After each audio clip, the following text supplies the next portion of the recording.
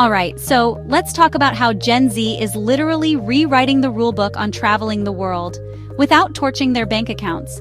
I know what you're thinking. Flights, hotels, endless tourist traps. Traveling sounds expensive, right?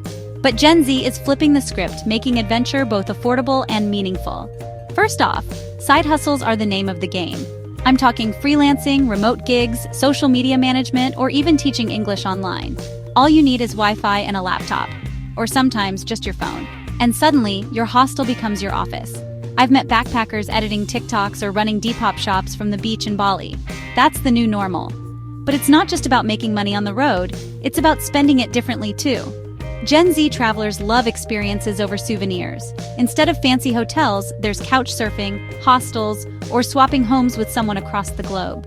Sites like Workaway or Worldpackers let you trade a few hours of work for free accommodation and meals. That's a win-win, and you actually get to know the locals. Budgeting isn't just a buzzword either. I see travelers using apps to track every cent, setting daily limits, and, get this, actually sticking to them.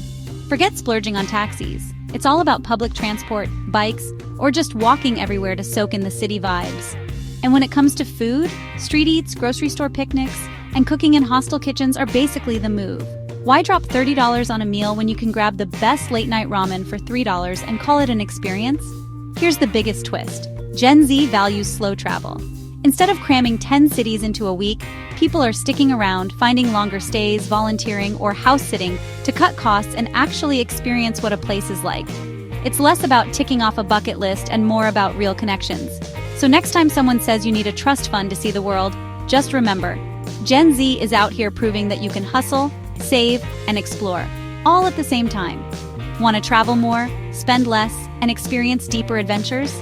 Start with what you've got. Keep an eye on that budget, and remember, the world's waiting for you, not your bank balance. Catch you on the next adventure.